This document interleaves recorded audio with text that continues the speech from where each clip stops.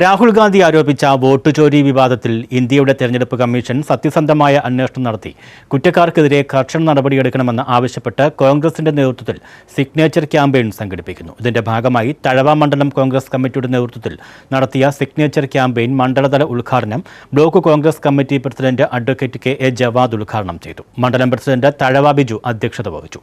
Advocate M A Azad, Biju Panchajanyam, Manilal Chakkalathara, A Rasheed, Thrideep Kumar, Kaippalleth Gopalakrishnan, Manikandan, Rashid Valiyil, Khaleel Pooyappally, Sasidharan Pillai, V T Anilkumar, Sasi Vaishnavi, Gangadharan Ambisseril തുടങ്ങിയവർ പങ്കെടുത്തു. എന്റെ പേരിൽ ഞാൻ അറിയാതെ പരാതി കൊടുക്കുന്നു. ഒരു പരാതി നമ്മുടെ പഞ്ചായത്തിൽ നമ്മൾ വോട്ടർ ഡിലീറ്റ് ചെയ്യാൻ വേണ്ടി ഒരാളിന് 10ഓളം പരാതികൾ കൊടുക്കാൻ പറ്റും. വോട്ടർപടി വോട്ട് ചേർക്കാൻ. അങ്ങനെ എന്റെ പേരിൽ ഞാൻ അറിയാതെ 10ഓളം ആളുകൾ വോട്ട് ചെയ്ത് രാത്രി 12:30 മണിക്ക് 1 മണിക്കൊക്കെ ഓൺലൈനായി അപേക്ഷ കൊടുക്കുന്നു.